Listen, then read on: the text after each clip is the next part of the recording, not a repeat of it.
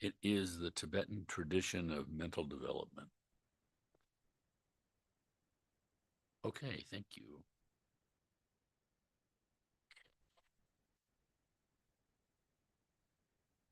Oh, that's good. That's right. That's what it is. That's what it is. All right, good evening, everyone. Here we are. And we've read the autobiography of the author Geshe Nawang Darge on the Tibetan tradition of mental development. So Rogo just said a good thing. He said he's read this book, and it's kind of like a survey of um, a short Geshe course. I think it's a good description. Yeah, yeah. Nawang it means five powers. Ngawang, Nawang, and then Darge, Dhargey.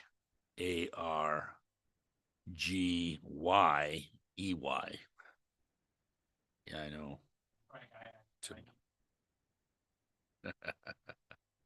Yep, you got it. Okay, so we read last time then the 12 principal deeds of the Buddha that he starts the book out and leaves us at chapter 2, which is the Four Noble Truths.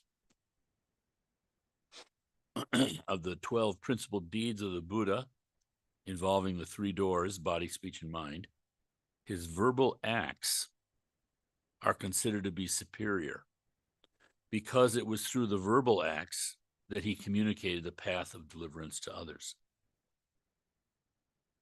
So that's interesting already to me because we're jumping way ahead. I think this book is, yeah, is purely sutric.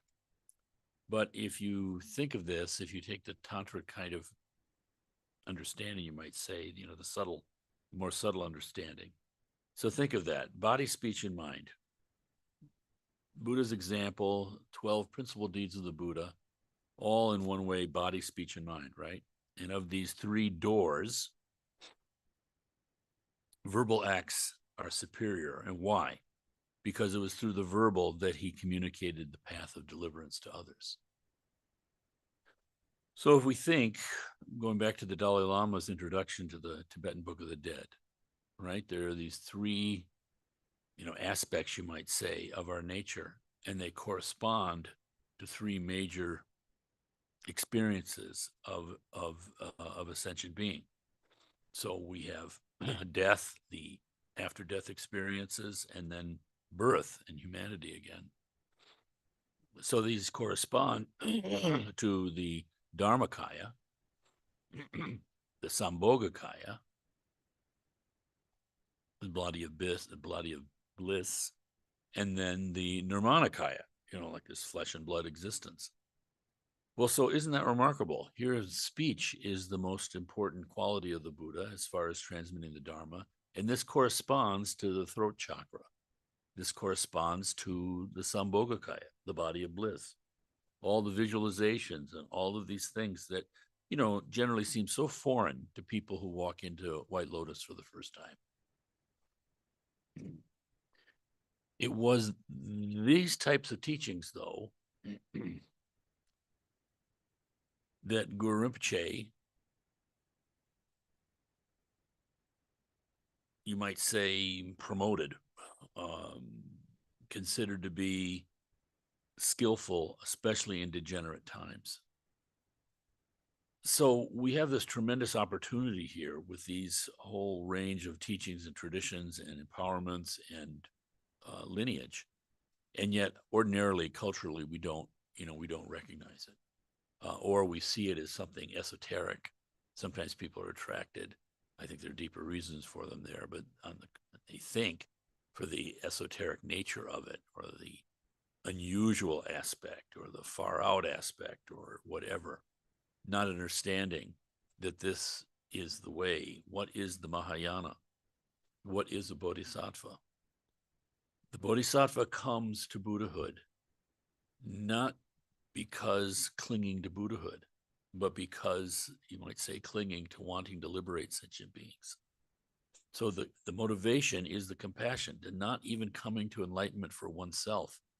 But in that way, of course, one is fully liberated. So right from the beginning, here we are, the verbal acts. So Buddha's first teaching concerned the Four Noble Truths, specifically the truth of suffering, the origin of suffering, the cessation of suffering, and the path to the cessation of suffering. The nature of all suffering stems from the three poisons, hatred, anger, desire, attachment, ignorance. So greed, anger, and ignorance, often proposed. There are four qualifications of suffering, which are following. One, impermanence, manifested in its gross form as death, and subtly as momentary changes of thoughts, sounds, and so forth. So that's the first qualification of suffering, impermanence. Then unsatisfactoriness, meaning that cyclic existence is inseparable from mercy. This is so hard to understand.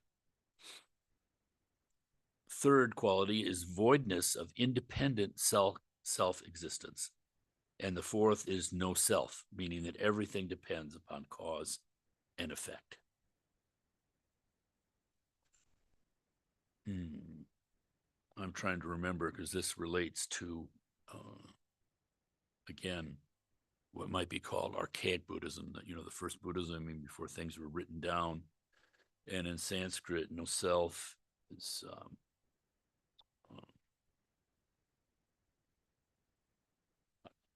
anatma. Thank you. Thank you very much. My old mind is not working so well anymore. Unsatisfactoriness, dukkha, impermanence. Anyway, I'll have to look it up again. But those four: impermanence, it's impermanent, it's unsatisfactory, it's empty of independent self-existence, no self, anatman, and then no self. Yeah, sorry. All right, so impermanence. Of the two aspects of impermanence, the subtle momentary changes of existence are very difficult to realize. So we're more aware of death, obviously, but from moment to moment to moment, not so much. Awareness of death, the most important example of the coarse form of impermanence, causes us to practice and exert ourselves in order to realize benefits in future existences. It is this that leads us to recognize the importance of renunciation, or literally authentic becoming, in order to be freed from suffering. So this is fascinating to me too. This Tibetan, what we say renunciation, the Tibetan is nyejung, or literally authentic becoming. So completely different in flavor and tone. When we hear renunciation, the modern secular material world just revolts against that term. I don't want to give up anything. Would say what? How to give up something. Yeah, exactly. Something that I want, something that's something that's me, something that's enriching me. We just react against it very negatively. We don't want any kind of sacrifice. But the Tibetan were misled by that translation. Renunciation, nunce is zero, right, in Latin. So the state of, becoming zero again and again and again, or the state of having nothing again and again and again. It just has so much, pregnant meaning, negative meaning. And that, that influences us. We don't know. We're conditioned. It's our conditioning. But if you were Tibetan and you're reading this, it comes to authentic becoming, completely different vibe. The Tibetans also give the image of leaving the swamp. You're walking out of a swamp, that feeling suddenly, there's dry land. You're not stuck in mud. Authentic becoming.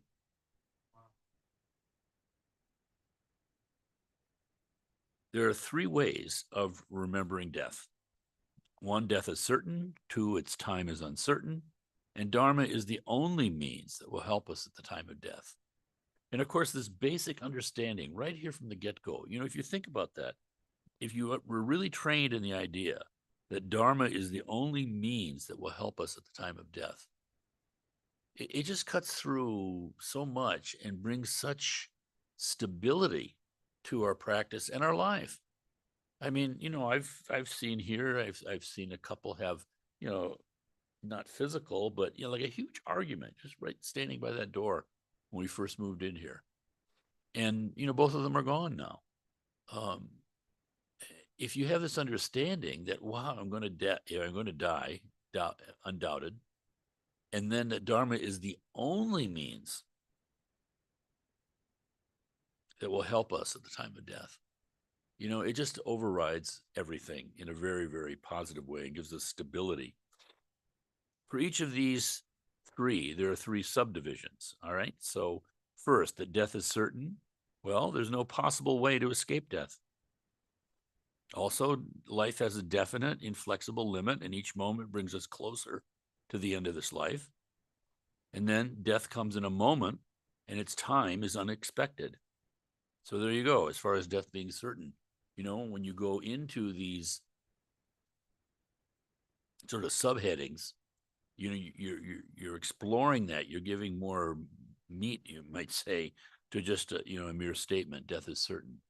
And what does this do? Well, this helps convince, and the conviction is really good. Somewhere I'm jumping ahead a little bit, but I should try to find it. I can't remember who.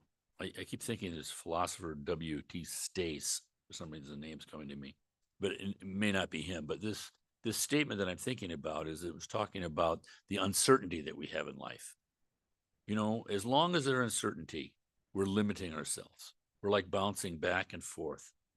The Nyingma say it's like having a two-headed needle. You can't do anything. You go into the ball of yarn, you just get stuck. But when there's conviction, then suddenly a whole world opens up. But of course, it has to be real conviction. It can't be false. It has to be conviction. The reason for all these teachings, why did the Buddha spend so much time teaching? Why did they develop, these mountains of texts and everything? Because it allows you to question. It allows you to work with your doubt and therefore satisfy your doubt. At least there's a place where instead of just the ongoing confusion and distraction, there's a modicum of clarity. There's some spark, and that brings, some stability to the mind. But as we basically go into that in a meditative way, if we're just abiding in that little spark, it appears to get bigger. And so it's like with any of these concepts, when you really start, you first have the introduction to something, you hear something, yes, that can be revelatory. I remember hearing about the Dharma and I was like, oh my goodness, the possibility that there's an answer to these questions that you're wrestling with, existential questions. But then by the increase of the stability, this is the stage of analysis. So even though we don't know yet, we've had the concept and now we're digging into it. That digging into it is totally positive activity. It's training the mind in the right direction, you might say. And also it's a relief. I mean, it's like you're thinking about making a cake and there's a certain kind of anxiety because you want to have that cake, but you just can't get to it. But then when you finally do get into working to it, there's immediately calming of the mind, further calming of the mind, because you're actually doing something and you know it. And then finally, with the complete understanding, it's just like total stable mind. The faith now has become unbreakable because you've done the necessary work and in a real way, and you get the benefit. So anyway, that's on death uncertain. The next one is time is uncertain, right? This is all about impermanence. And he breaks that down. Time is uncertain. The duration of our lifespan is uncertain. There are many causes and circumstances that lead to death, but which also favor the sustenance of life. The necessities of life, such as food, clothes, transport, and so forth, may also be the causes of death. So its time is uncertain. Next, its time is uncertain. The weakness and fragility of one's physical body contribute to life's uncertainty. Even such a small thing as a thorn in one's foot may be the cause of death if this wound becomes infected. All right, so that's death is certain, its time is uncertain, but Dharma is the only means. Worldly possessions, wealth, wealth, position, money, all the acquisitions directed solely at this life are of no benefit to us at the time of death. We are born with nothing and we die with nothing. Friends and relatives can neither prevent our death nor go with us. We are born alone, bear our suffering alone, and die alone. Therefore, let us not be drawn into the web of human triviality or worldliness. The Sakya Pandit Kunga Gyaltsen has written, the wise follow their own reason and critical intelligence, whereas the foolish follow those who are famous. And then finally, our own body, which we have cared most for in this life, is of no help to us at the time of death. Okay, contemplating these 9 points thoroughly, we should come to 3 major decisions. First, to practice the Dharma. Second, to practice it immediately. And third, to practice it purely, not diluting it with other pursuits. After fully realizing these points, we shall resemble a traveler in a distant land, never worrying that we may need many things during our travels, since we never know when we shall be moving to new quarters. Thus, we should live with constant awareness of the uncertainty of the time of death. And this will lead us to practice the Dharma purely. Frank, Yes. earlier you had mentioned no mercy, but I didn't quite understand the context. Said no mercy, you thought you heard? Yeah, maybe I misheard. Yeah, it must have been. I'm trying to see what I said that maybe sounded like no mercy. Any ideas, anybody? Reading.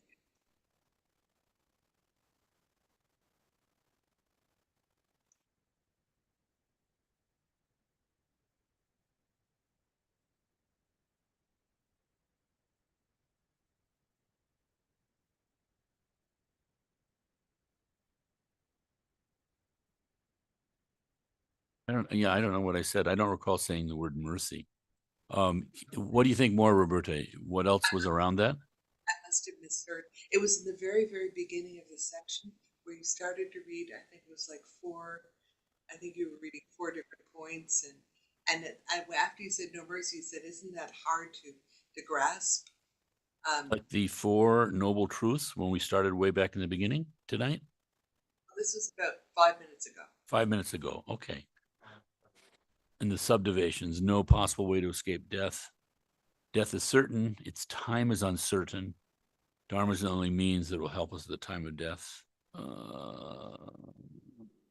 It's okay. Don't worry about it. It's not worth spending. Okay. I don't want to mislead inadvertently for sure. uh, YouTube, so go to our YouTube site later. oh, there we go. Thank you, Dave. All right.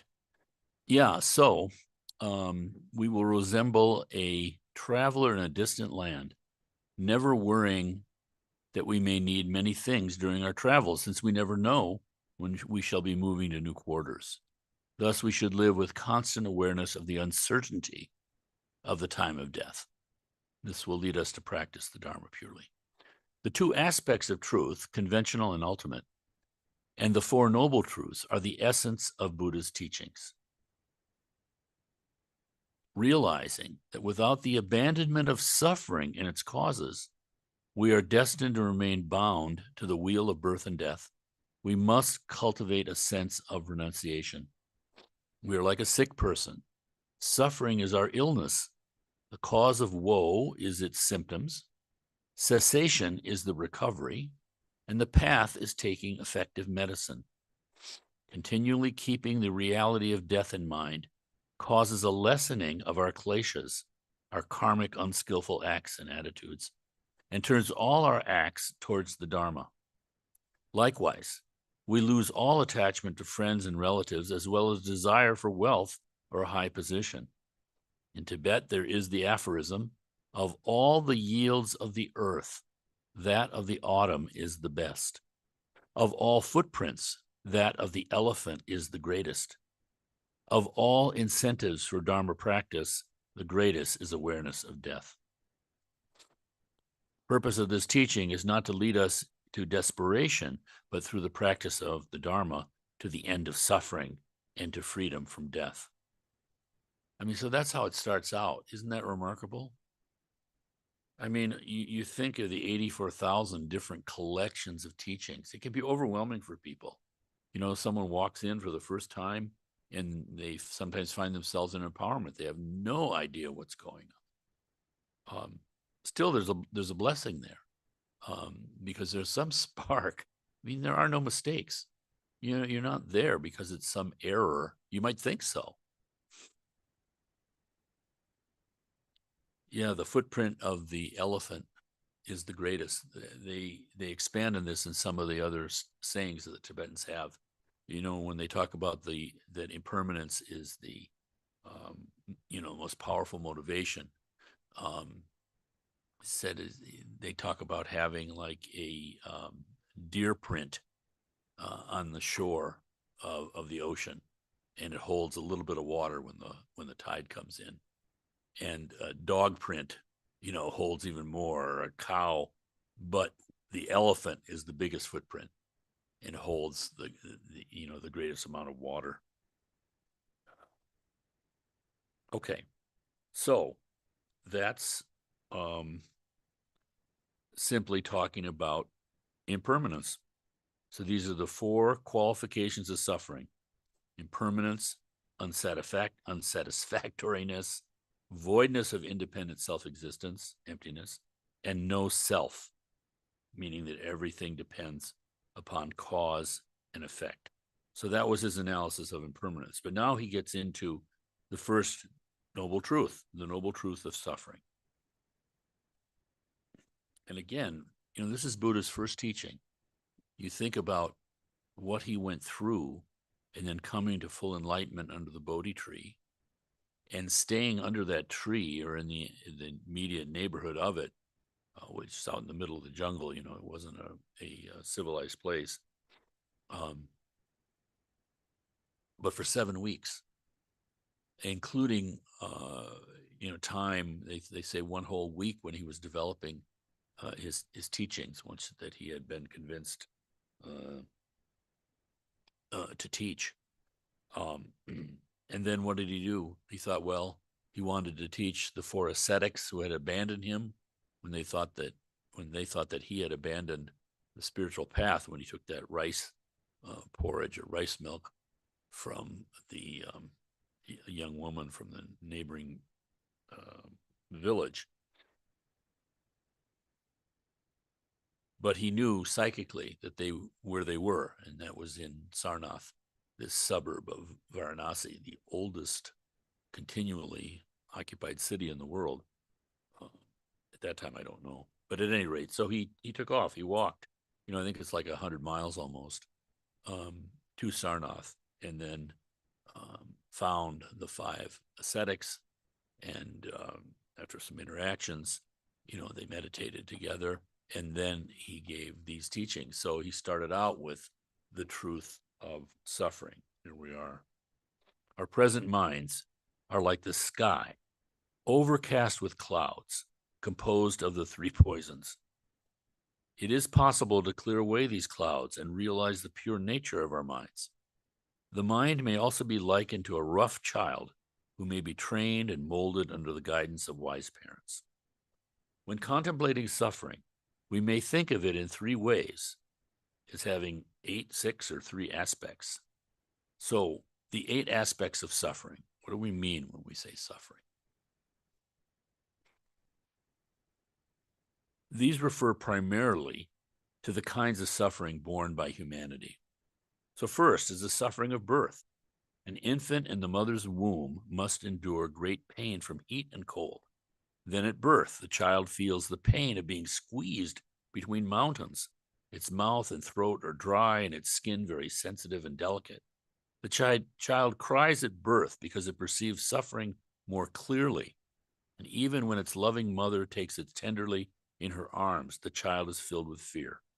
We may think we are finished with the experience of birth, but as long as the roots of samsara are not cut, we shall experience birth again and again. If we carefully consider this suffering, renunciation will come easily. So the suffering of birth. Then the suffering of old age. As we gradually see the signs of old age appearing, it is very hard to bear. And when looking in a mirror, we come to despise our own form. We see our physical strength faltering, our legs become weak, the ability to digest food decreasing, and all the powers of our senses lessening. Our mental powers also grow weak, our memory fades, and perhaps we lose the ability to speak coherently. From the moment of birth, the aging process begins, and each day our remaining lifespan decreases. In our old age, we become aware of the imminence of death, and while death is momentary, the period of old age may be prolonged and lingering. So I think of this, what they typically say, there's this, a story I think that the Buddha gave in that, you know, I don't know, when I was a kid, used to have special movies on our local movie theater on Saturday mornings. They had all these serials. I don't know if I'm really dating myself. These things all went away a long time ago. But, it was like Buck Rogers, and it was Hopalong Cassidy, and it was all these exciting things in deepest darkest Africa where all these scary things were happening. And there was one I remember where there was some explorer, and they were serials. They always ended with a cliffhanger, and they would end there, and you have to come back the next Saturday. I mean, they had a whole stream of these sitting in a theater, and they often had some sort of a feature too, but loaded with these serials, they were called. And they had one I remember where some sort of, British explorer, and he was in this situation where there are these he was like in a room, and the four walls, these iron walls were closing in on him. And the Buddha actually told a similar kind of story about four mountains coming at us: old age, birth, old age, sickness, and death. And I remember thinking to myself, gee, yeah, death sounds pretty bad when I was younger. I didn't quite understand what the problem was with birth, although I was starting to get a glimmer at it because it was so frustrating.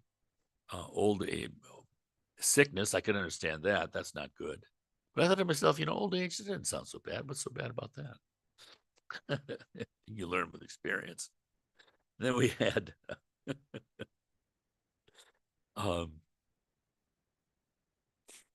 the actor Harrison Ford, made is it Star Wars movies, I think, and of course it's going on and on and on. And now he was quite young when he made it, and I'm told that they were filming, and he was like he was a delivery man, I think, to the set with all the actors in that, and the director noticed him and saw kind of like a star-like quality in him for being on the screen and hired him. And that was like the start of his career, completely unbidden. So here he was in Star Wars, right?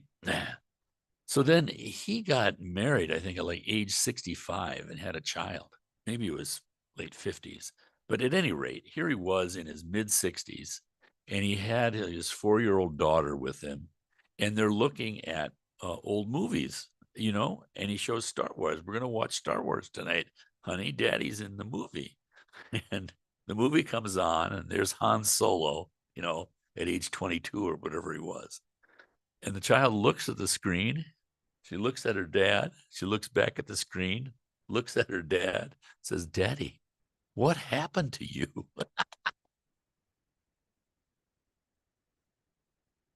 Now that I'm in my 70s, I relate to that one more than the fear of death. So that's the suffering of birth, the suffering of old age, and then the suffering of sickness. When our body is ill, it suffers pain and weakness. This is often coupled with mental desperation, especially with a prolonged sickness. Bodily illness is caused by a disruption in the harmony of the four elements which constitute the body. Often, as with internal disorders, we must experience additional pain from medical treatment itself. All right, so that's birth, old age, sickness, and now death. Attachment to the pleasures of this life and to relatives and friends cause desperation and great mental suffering at the time of death. In the case of a natural death, that is one not due to accident or violence, we experience the signs of the dissolution of the body's four elements. First, the power of the earth element dissolves, and the water element comes to the forefront of our consciousness. Outwardly, our skin shrinks and becomes blotchy, and inwardly we feel panic and we grasp at life. A person who has practiced the Dharma feels like they are in a dusty place, whereas one who has no experience of the Dharma feels as if they're being trampled by herds of animals and crushed between mountains. The earth element is no longer able to support our consciousness, and we lose the ability to move our body. During the second stage, the water element likewise dissolves to be replaced by the power of fire. We now feel dry and thirsty and have difficulty speaking. One with no Dharma experience feels as if they have fallen into a turbulent river or great ocean.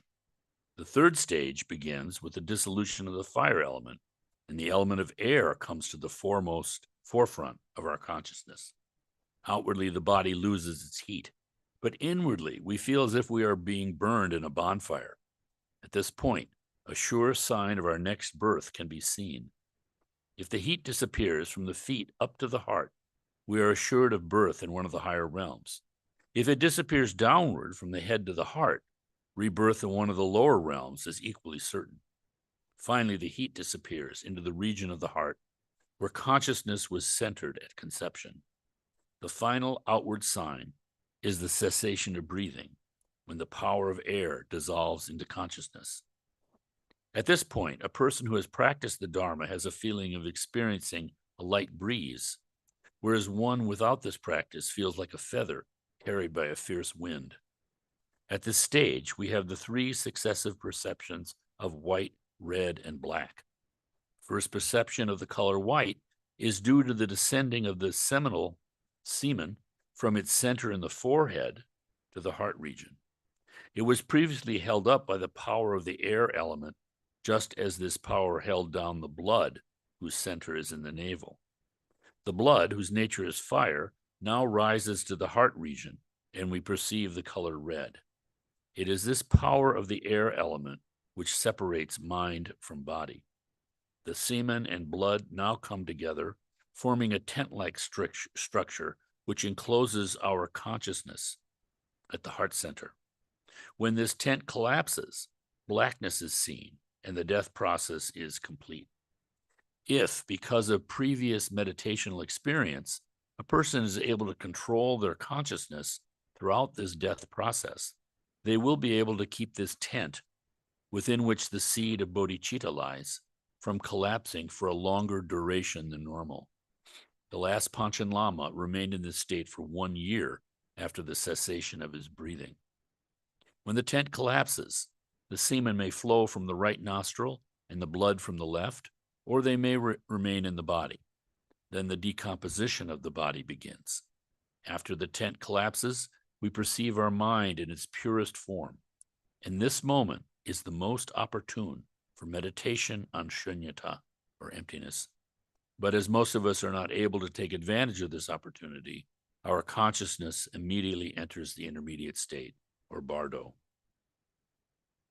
There are two types of rebirth. With the first kind, we choose our next form and place of birth in order to be of the most benefit to others. This ability is held only by those with high spiritual attainment.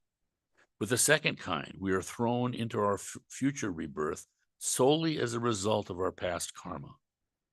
During the bardo state, our consciousness takes on an intangible body and seeks a substantial one. As the bardo state comes to an end, we see only the sexual organs of a man and a woman during the sexual act. Anger is aroused, causing the death of the bardo body, and our consciousness enters the father's mouth or the crown of his head.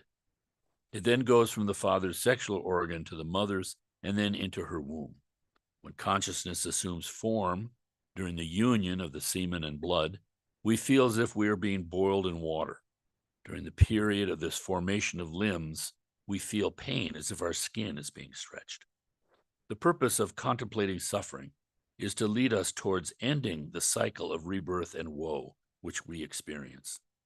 If we have the correct attitude, we recognize that our suffering is solely the effect of our past karmic actions and that we must undergo it in order to work off the effects of our past non-virtuous actions.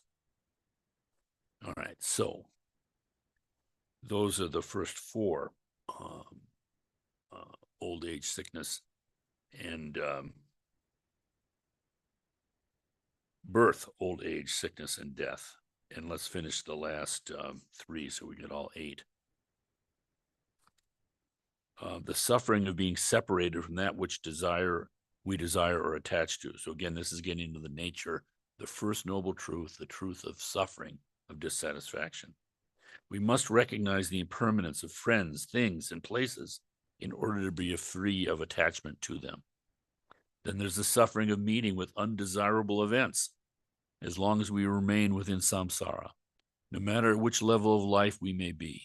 We experience such things as sickness, accidents, and meeting those whom we dislike. Our tendency, however, is to believe that others at a different social level have a better situation than ourselves. Then there's the suffering of not finding happiness and pleasures of life, which we seek. Examples of this are provided by merchants who seek financial profit but without success, and those who strive for fame or high possession but fail. And then finally, the suffering of having a body. The samsaric body is like having a magnet that collects sufferings of many kinds. While undergoing suffering from past karmic actions, it produces further karma, which causes suffering in future lives. By realizing that wherever we exist within the six realms of samsara, we must experience suffering, we shall see the need of cutting the karmic tie to the body. It is impossible for us to know the taste of the Dharma without critically examining and meditating upon it. The path is easier if we pray to one whom we trust, asking for an enlightened mind. So there you have this sort of, pointing to Guru Yoga. Path is easier if we pray to one whom we trust, asking for an enlightened mind. It's said that there are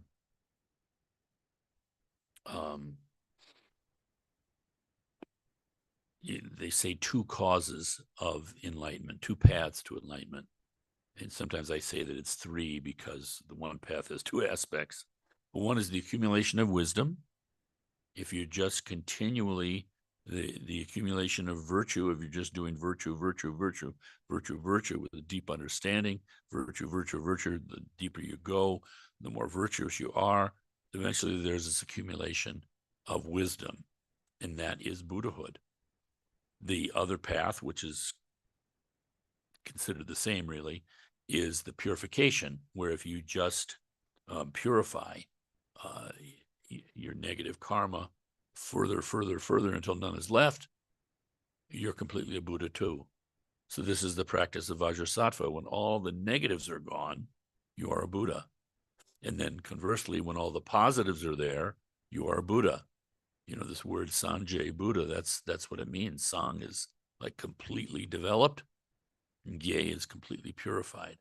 So they say that's one path to Buddhahood, because it works that way. We're both accumulating merit and purifying as we go along the conventional path. But then this other way is Guru Yoga, the direct recognition of the nature of mind. And this, as far as a identifiable path, is pretty much just only within the Vajrayana. And he's hinting at it here. I find it so interesting. It shows this man's great wisdom that here he is speaking. It would seem to be very preliminary and basic teachings, but of course it's always linked to the deeper truths. Examples of this: the suffering of not finding happiness and pleasures of this life that we're seeking. Examples of this, I'm sorry, the suffering having a body, rather. This path is easier if we pray to one whom we trust, asking for an enlightened mind. And these are very rare beings. But at the same time, we can consider the historical Buddha, Buddha Shakyamuni, in that role. And that's perfectly legit and perfectly accessible right away.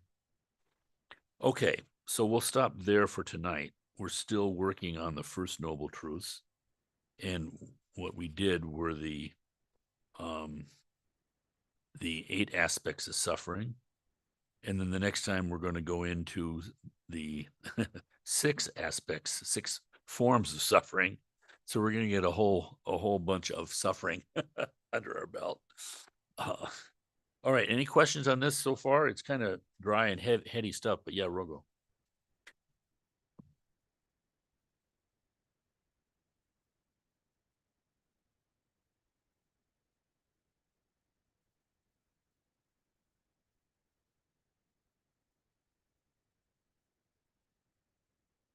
Yeah. It's a two-fisted process that's going on all the time.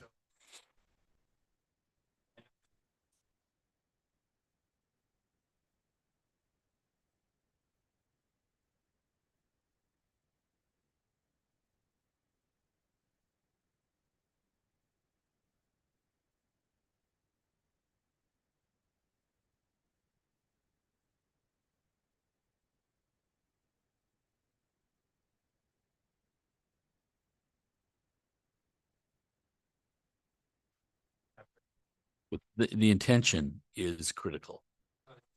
Yeah. So it's true. I mean, it's like animals are doing random acts of kindness, so to speak, protecting their children, playing with somebody else in a friendly way. There's a lot of virtue in there, but the motivation is what makes it powerful. In other words, it's, these they say these 4 qualities in any kind of an act that we have, but they all have to do with the kind of intentionality and the precision of it and the directedness. In other words, say killing, for instance, you have to have an object like that ant, and then the desire, I want to kill that ant. And then you actually have to take some action towards that. But further, you have to complete the action. So, and then you have to rejoice at the non-virtue you've done. And of course, it works the opposite for virtuous things. So in other words, if you just see an ant and think, I want to kill that, that's negative karma. But it's not as heavy. There's not as great an influence in the mind or a training of the mind as when you actually take a blow towards it. And that's not as great as having the blow be completed. And none of that is as great as then at the completion of all that, experiencing joy in the negative. So the intentionality matters. Yeah. Yeah. Because even in the logic, as far as coming to emptiness, it's like the logic can be tremendously convincing, but there's still at a point where this is the greatness in Nagarjuna, where you've exhausted all your logical arguments. And so there's nothing left there. And in that emptiness is emptiness. Yeah. You're welcome.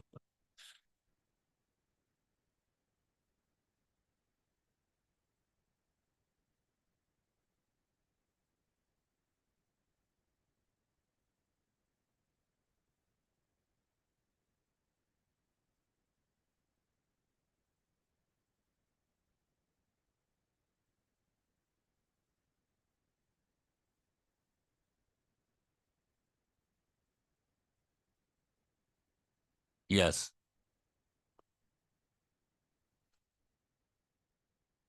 Yeah. Well, they say that you're attracted to the mother and the father together. And in some other teachers, they say that this is what determines your sex. because if your karma is such that your propensity is to be born as a man, you will feel anger at your father because he's like a rival for your mother. And opposite of your female, you feel anger at the mother. Um, and then, yeah, they had a little more detail there, but they were giving just part of it. They didn't cover the female side of it. But again, this is just kind of an outline. So yeah, into the father, and then eventually, it's like the Vajrakalaya visualization. But that's where the conception takes place. You know.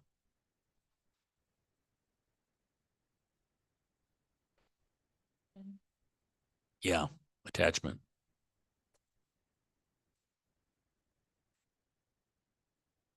Right. That's you've been trained. So there can be anger, but it'd be less. And the what he was describing is the completely unenlightened form of rebirth, where it really like a wind being blown, leaves being blown around the wind. You're just being blown around. And that's of course kind of frightening. And then you see this happening and there's an attraction, but then, oh my goodness, who's that guy in the picture? You know, and there's anger. And that's what destroys the Bardo body, which is a dreamlike, illusory body anyway. But that's what the process is.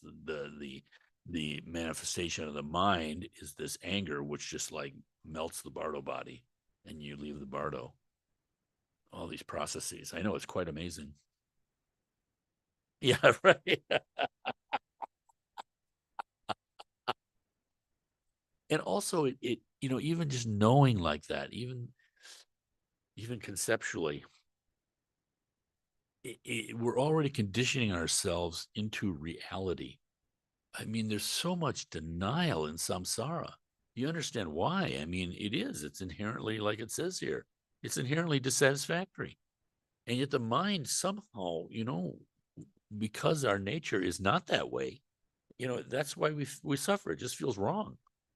There's something that shouldn't be this way. And so there's something always that's like wanting to go towards that peace and completion and harmony and all those wonderful things. But we don't know how.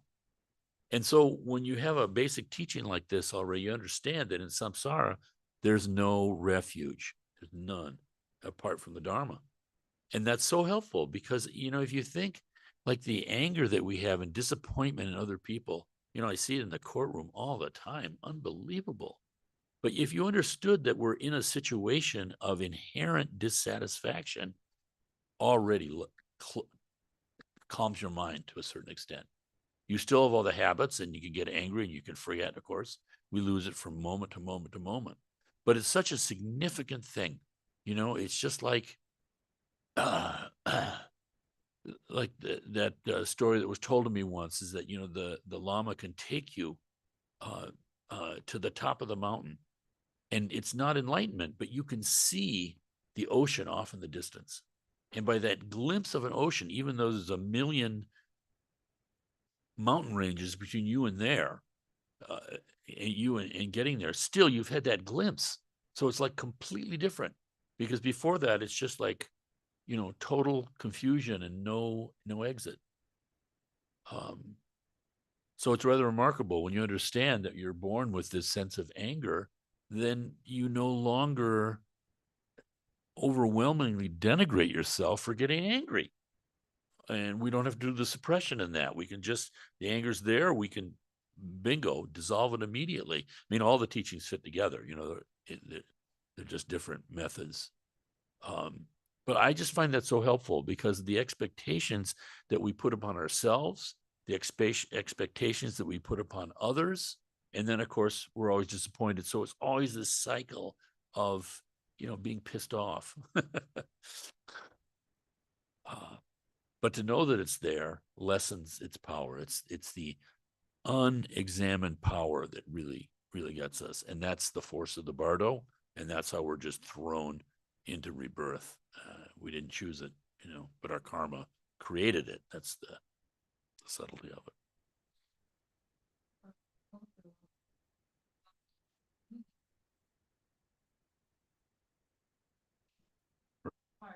So it must be pretty apparent who those Who the Tulkus are? No, it's it's not. And they can have anger, but they're not being motivated by the anger. So,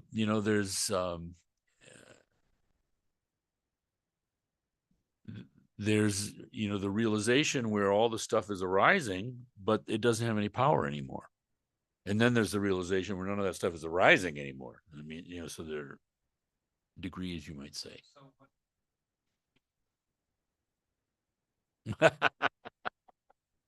But we really truly don't know. And we see that in the story of Naropa, where he runs into this manifestation of Vajrayogini, I think it was. And he didn't recognize her. It was just an old lady on the side of the road. Because that was his sort of karmic need right then. He needed a cup of tea. That's all he saw. And then he saw someone in his arrogance that he could teach. And then she devastated him. So we don't know, because the Buddhas take whatever form is of benefit. Their whole thing is to benefit others. And if it means that I appear as, a car thief, I will. Pretty amazing stuff. Yeah. Okay. Yeah. Okay. And then I don't know if people saw the email out today, but next week there's no study group. There's no Tuesday night. Geographic is giving a class. I think it's Monday through Saturday. Check your email. Just in the evening, 7 to 8 o'clock. An hour every evening online on Vajra recitation. So this is a particular meditation that's quite wonderful, powerful tool. So she's going to be doing that for the next week in the evening. So check your emails. It'll be there. And then there was another announcement I was supposed to do, and my old mind he's talking about aging. You can't talk coherently. You forget things. The senses go. So much to look forward to. Can't remember. But that's the big one, that no study group next week, because 7 to 8 every evening, Monday through Saturday, I believe, at least Monday through Friday, maybe Monday through Saturday. There's going to be, like 10 minutes, 10, 15 minutes of instruction, and then 45 minutes of meditation. That's the whole thing. Very quick and easy. Okay, any other questions? Let's see if I can find a dedication in here.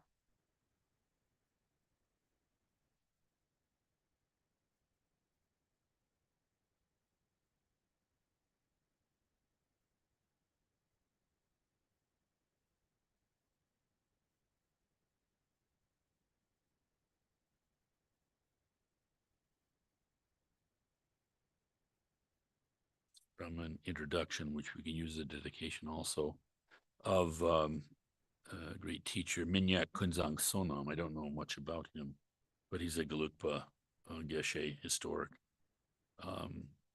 And he says, accordingly, I shall here unravel the text of the wisdom chapter of Shantideva, which with numerous quotations and arguments clearly explains the middle way, profound and peaceful, free from concepts. I shall not express here any points not included in the perfect teachings of the learned beings, nor is this an elegant composition full of graceful and euphonious expression. However, to strengthen the imprint left on my mind from getting used to the profound meaning, and as it might help a few less intelligent people like me, with devotion and enthusiasm, I have summoned the courage to write this, so that the request pressed on me by holy beings will not have been in vain. How fortunate and honored I am. May every last one come to Buddha Sva. Okay,